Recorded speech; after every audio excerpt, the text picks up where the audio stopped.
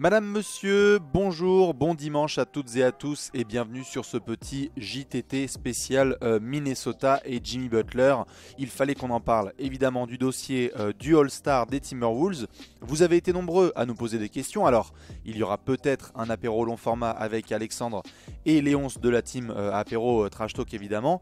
Mais pour commencer, on voulait vous donner quand même toutes les informations autour de ce dossier qui a marqué un paquet de fans. Et oui, ce vendredi soir, sur le parquet des Rockets, on a eu une blessure pour Jimmy Butler et on attendait de façon impatiente les nouvelles. Donc on va toutes vous les donner pour que vous ayez l'intégralité du dossier évidemment sous les yeux. On commence tout de suite avec évidemment la blessure en elle-même. Déchirure du ménisque. Alors, partielle, totale, ce n'est pas tout à fait défini, mais on sait juste qu'il s'est fait cette déchirure donc au niveau du ménisque. On évite évidemment les ligaments croisés, ça c'est la très bonne nouvelle, alors que les images qu'on voyait, impossible de mettre du poids sur son genou, laissaient suggérer le pire. Et donc il y a eu ensuite une réflexion par rapport à l'imminence de l'opération. Est-ce qu'il devait y avoir une fin de saison un peu forcée en serrant les dents? Est-ce qu'il devait y avoir plutôt un passage par le billard et quitte à un petit peu louper cette fin de saison? Et bien finalement on part sur une opération, c'est rapporté notamment par Shams Charania de chez Yahoo Sport. Il y aura bien une petite opération au niveau du ménisque pour Jimmy Butler et donc 4 à 6 semaines sans basket, c'est ce qui est avancé. Ça nous rappelle notamment d'autres dossiers qu'on a eu par le passé. Russell Westbrook, qui avait eu aussi ce pépin au ménisque et qui était revenu très rapidement au top de sa forme, on le voit notamment. On a eu d'autres cas aussi, comme Dwayne Wade, où ça a été un petit peu plus compliqué. Donc vraiment les cas diffèrent lorsqu'il y a des soucis au ménisque. Ce qui est sûr et certain par contre, et ça c'est la très bonne nouvelle pour les Wolves, c'est que dans le camp de Jimmy Butler et chez le joueur, on vise vraiment un retour pour les playoffs. Il y a à peu près 6 semaines encore restantes de saison régulière, donc après on arrivera directement au premier tour. On va parler ensuite du programme, mais il est vrai que dans le cas de Jimmy Butler, on ne veut pas du tout parler de fin de saison totale, on veut déjà commencer par l'opération, ensuite défoncer la rééducation et puis viser le début des playoffs ou la fin de la régulière en croisant les doigts pour que tout se passe bien. On sait juste que les Wolves ne prendront aucun risque, s'il y a le moindre pépin, ils n'iront pas plus loin. Donc ça c'est un petit peu pour la blessure en elle-même d'un point de vue médical. Bien évidemment on doit parler de Jimmy Butler en tant que joueur, donc on vous montre tout de suite.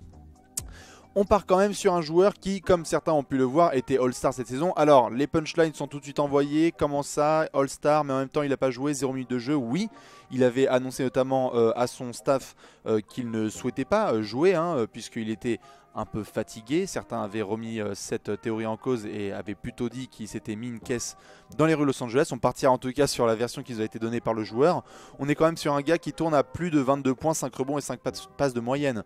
C'est pas n'importe qui Jimmy Butler, c'est un All-Star quoi qu'il arrive. Il n'y avait pas du tout de discussion là-dessus, pure saison.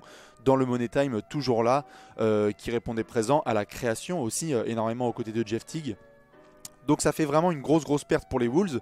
Et on note, c'est pour ça qu'on vous l'a mis en bas, que Jimmy Butler est très probablement agent libre l'été prochain. Pourquoi? Puisqu'il a une player option pour la saison 2019-2020, mais vu un petit peu la hausse des salaires et le fait qu'il pourra se tester sur le marché, il faut bien avoir cette notion en tête. La saison prochaine pourrait être un petit peu la contractière de Jimmy Butler, celle où il pourra un petit peu se défoncer et aller chercher un gros pactole. Donc ça c'est un petit peu pour Jimmy en tant que joueur. Il va falloir se réajuster chez les Wolves et ça va pas être facile parce que justement on va vous le montrer tout de suite. Il y a eu quelques matchs joués par les Wolves sans Butler et on vous montre avec ce tableau. 7 matchs joués par les Wolves cette saison sans Jimmy Buckets, 3 victoires, 4 défaites. Alors on vous met juste ce bilan là, mais on parle quand même d'équipes contre lesquelles les Wolves ont joué qui étaient assez balèzes. On a quand même du Warriors, du Raptors, ça s'est certes déplacé notamment chez les Clippers. Ça a gagné aussi un petit peu contre d'autres équipes. Donc c'était pas forcément facile pour Minnesota sans Jimmy Buckets. C'est surtout défensivement. Vous pouvez le voir, près de 120 points encaissés en moyenne sans Jimmy Butler. Alors déjà qu'on avait fortement critiqué l'impact défensif des Wolves cette saison, qui est vraiment une très bonne équipe offensive, mais qui a encore des bases à revoir au niveau défensif. Et bien là, sans Jimmy Buckets qui est capable de prendre le meilleur attaquant adverse, il va falloir faire très attention sous peine de prendre des valises de points et donc dégringoler au classement. L'ajustement offensif, en son absence, sur les 7 matchs qui se sont joués, on peut le voir, ce qui est assez intéressant, c'est que Andrew Wiggins a beaucoup augmenté sa moyenne de points. On l'a vu notamment cartonner aux Clippers avec 40 points. On l'a vu aussi frôler la trentaine quand Butler n'est pas là. C'est lui qui va récupérer beaucoup de munitions au niveau de la création notamment. Anthony Towns qui reste un petit peu dans ses sphères, c'est-à-dire la vingtaine de points avec la dizaine de rebonds. Il va pouvoir aussi lui aussi un petit peu augmenter sa production. Mais on le voit vraiment, les deux axes très importants, c'est le fait que les deux jeunes doivent vraiment se répartir aussi le scoring qui reste. On aura aussi du Jeff Teague qui va devoir récupérer un petit peu de scoring. Et puis cette défense de Minnesota qui n'est pas du tout à l'image des années Thibodeau à Chicago. On va compter sur les jeunes et sur les vétérans pour régler un petit peu ça. En tous les cas, ça montre aussi un petit peu l'impact de Jimmy Butler d'un point de vue défensif. Et alors enfin, ce qu'on voulait vous montrer, c'est évidemment le programme. 9 matchs à domicile, 10 matchs en déplacement, donc sur les 19 matchs restants de Minnesota cette saison, 4 back-to-back, et surtout sur les 19 matchs qui vont être joués, on parle quand même notamment de 12 équipes qui sont de niveau playoff.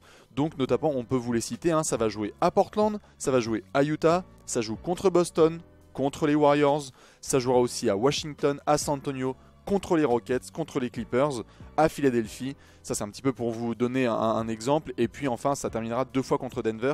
Donc attention, on ne parle pas non plus d'un programme hyper light. Il va falloir serrer la ceinture et espérer justement que Jimmy revienne assez vite. Et surtout que le reste du groupe puisse carburer. Parce que au niveau du classement de la conférence Ouest, on peut aussi vous faire le point rapidement là-dessus. Minnesota aujourd'hui est 3e. Mais ils n'ont qu'un demi-match d'avance sur les Spurs. Et ils ont surtout une toute petite avance aussi sur les Blazers. Les Blazers qui sont à une victoire et demie de différence des Wolves. Et comme on vous en a notamment parlé dans le dernier apéro sur le bilan de la conférence Ouest, c'est tellement serré entre les équipes des places 3 à 8. On a vraiment 37 victoires pour 26 défaites du côté de Minnesota. Et seulement 32 victoires et 26 défaites pour les Pélicans qui ferment la marche dans le top 8. Donc ça peut aller très vite.